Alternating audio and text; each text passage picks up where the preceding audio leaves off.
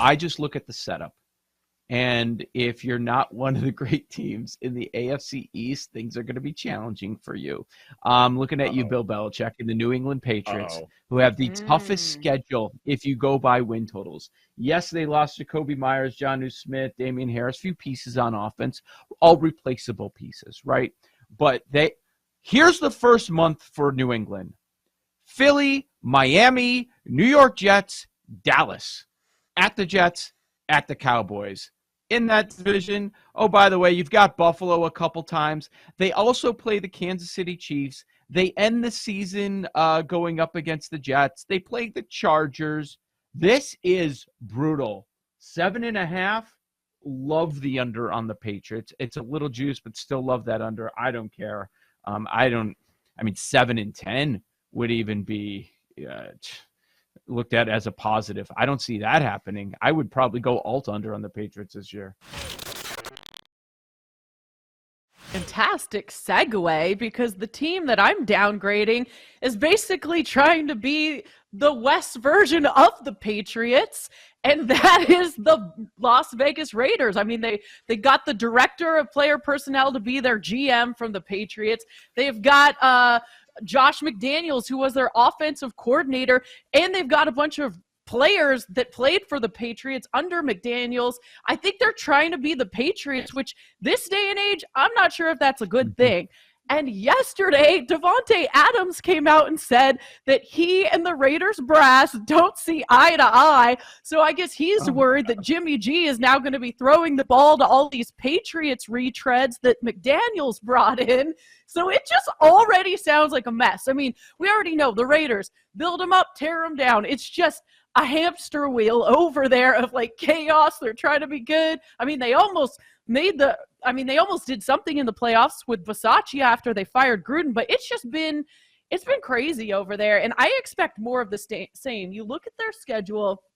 Week 1 at Denver, week 2 at Buffalo. Then they're at home to Pittsburgh, and then at the Chargers, Green Bay, New England, Bears, Lions, Giants, Jets, Dolphins, Chiefs.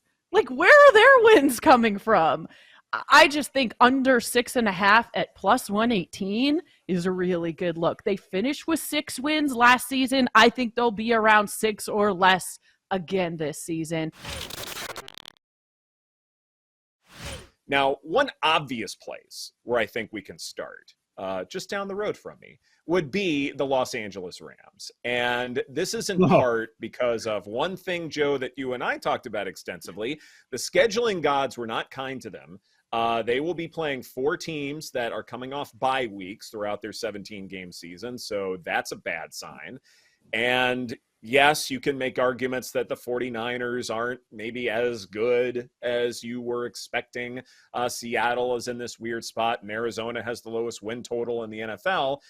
But the Rams are paying the tab, so to speak, after going all in for that championship that turned out to work well for them. They are losing Jalen Ramsey, Bobby Wagner, Taylor Rapp. The quarterback position is very much up in the air. Even though Matt Stafford is the guy, how healthy is he going to be? So, what exactly are they trying to do offensively? The offensive line may have some questions. Lots of other injuries that force the Rams to sputter down the stretch. You add up all of these things, and I know it's a simple answer, but sometimes the simplest answer is the best one. The under win total, which I believe is at 6.5, I'm going under there. I think that's a safe play.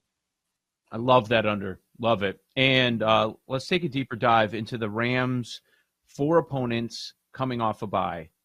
Those are in back-to-back spots. And what I mean by that, they occur in weeks 7 and 8 and weeks 14 and 15. They could very well go 0-4 in these games.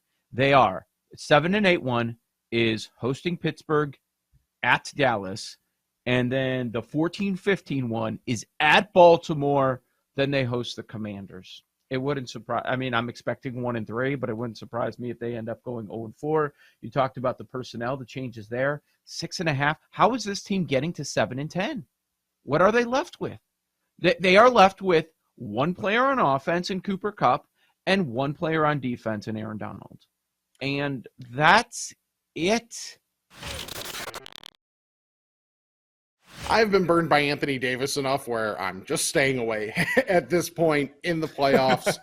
It's just one of those where I'm not even necessarily recommending other people do it. I just can't do it to myself anymore. And we all need more self-help, and that's one way I can help myself is just staying away from Anthony Davis. So one thing I looked at, and I played Jokic over 1.5 threes. It was plus 180 on BetMGM. Wow. In game one, and he only had 3 attempts. But the thing is, Jokic doesn't take threes unless they're a high-quality attempt generally, or it's like an end-of-clock situation.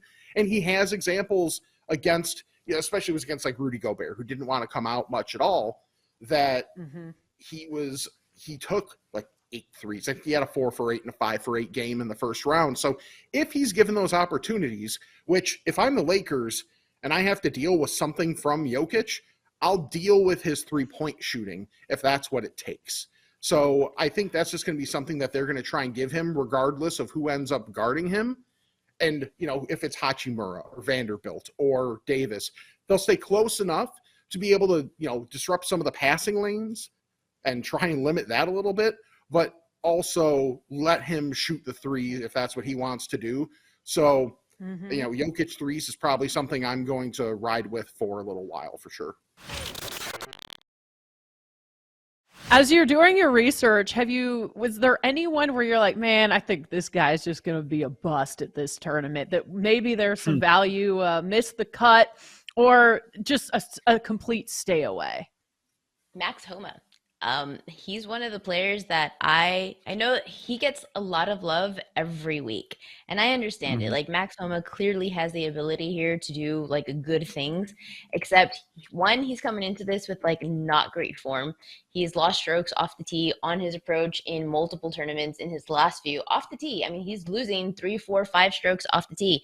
This is not the type of course that you want to miss off the tee, because they've now added some like in fairway out of bounds areas, so that way you can't cut corners. The rough is really thick. There's bunkers either right smack in the middle of the green. There's tree lined fairways. There's a lot of undulation. And then the weather conditions. So I just really feel like Max Homa is, for one, not coming into this with good form. Number 2, he has yet to prove that he can contend in some of these super strong field events.